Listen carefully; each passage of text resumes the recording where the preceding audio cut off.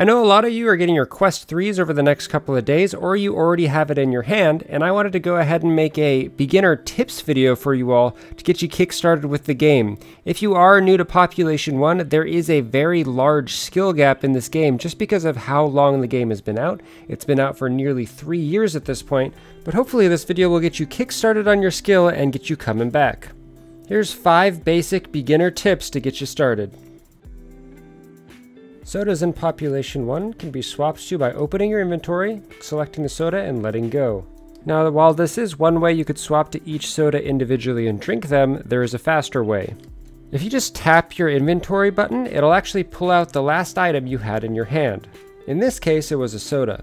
So after you drink one, just tap that inventory button quickly to swap to the next one. Now, drinking sodas is dependent on ping, so keep that in mind. Depending on how high your ping is, it will take longer to pull out the next soda in your backpack. This trick works with both red and blue sodas in the game, so keep that in mind. It is currently the fastest way to drink sodas and get your health back to full. One extra thing to note about sodas is if you take any damage while the heals are ticking in the background, it will completely prevent the rest of the healing. Sodas give 20 health or 20 shields each use, so if you have 5 ticking, you can normally get back to 100 shields, but if you take any damage in the meantime, it will prevent it. You can see my health is regenning, but if this ticks me even one time, it completely stops and it won't regen me anymore.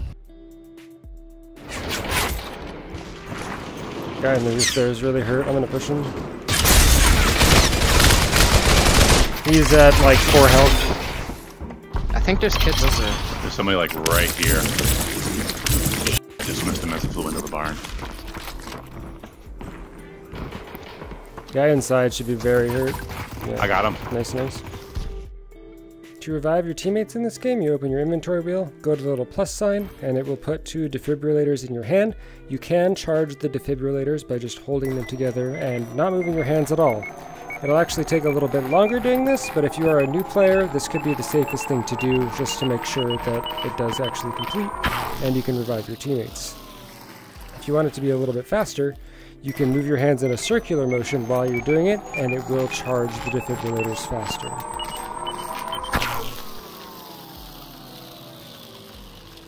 One more thing to take into note with the defibrillator is after it is charged, you can revive more than one teammate at a time. So if you have multiple dead teammates, if you're playing normal squads and you have 2 dead teammates, you can revive them both at the same time.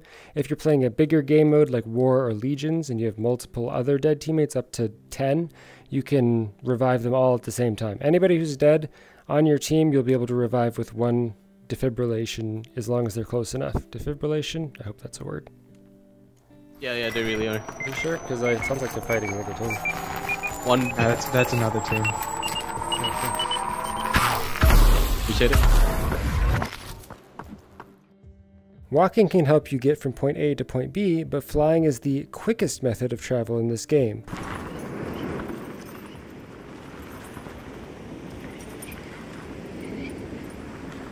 To fly, all you have to do is put your arms out when you're in the air or when you're walking off a ledge, and you will begin to fly. If you are stuck to walking on the ground, take note that having different melee weapons in your hand can actually help you walk faster. The knife will help you walk about 5% faster, the katana will help you move about 12% faster, and the cyberblade and Excalibur will help you move 20% faster.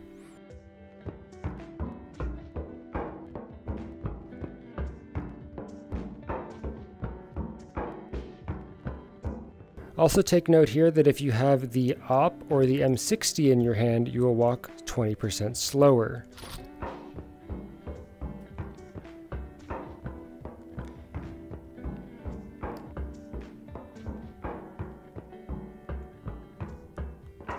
If you are primarily using the AWP or the M60 as your main weapon and you're running around, just put it in your backpack while you're walking around. It only affects your movement speed when you are actively holding it in your hand, but if it's in your backpack, it doesn't count. So if you're just running around, shoot a snipe at someone, and if you want to move up, just put the sniper away for a second and move up.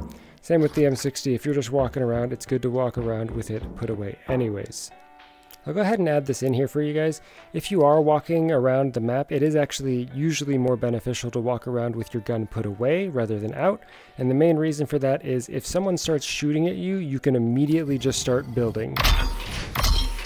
Builds are a very important way to keep yourself alive in this game, and if your weapon is out, you'll have to put the weapon away and then start building, but if you're running around with your weapon put away, then you won't even have to worry about putting it away first. You'll just immediately be able to start building, and it might save your life. It might save you from that one extra bullet. Having higher rarity weapons in this game is super important because it can help you win situations that you normally wouldn't win. While the weapons in the game are random, there are spots on the map where there are more likely to be spawned better weapons. Poppin' Chicken is a good example. So here in Pop Chicken we have a gold P90, 4-star P90, very, very good weapon. Purple P90 over here as well, and we can check the roof. Gold 1911. Purple Uzis. Knowing where to loot in this game is super important because it can put you in an extreme advantage over your enemies. The spots on the classic map that generally have the higher tier loot are going to be in Defiance at Pop Chicken, at Summit, at Cemetery at the church, at Outpost Hill at that ball, and in Plains on that broken turbine in the middle. Going to those spots will usually guarantee at least a purple rarity weapon or better.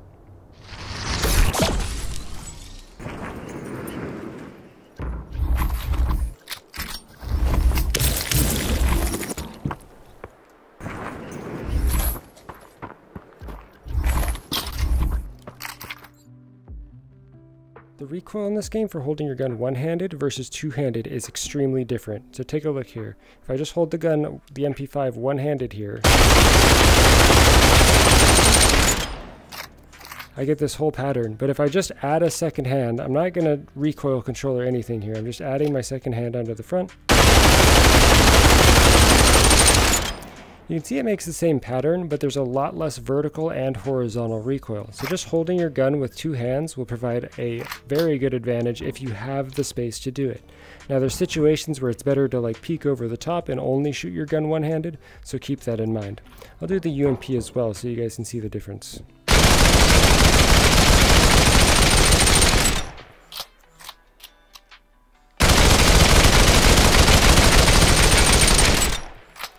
So you guys can see, I obviously started this one a little bit lower, but the size difference on like how much the gun jumps upwards and side to side is much different by holding the gun with two hands. If you are new to the game, I hope this video helped you out and taught you something, and if you have any questions at all, just leave a comment down below and I'll try to answer them however I can.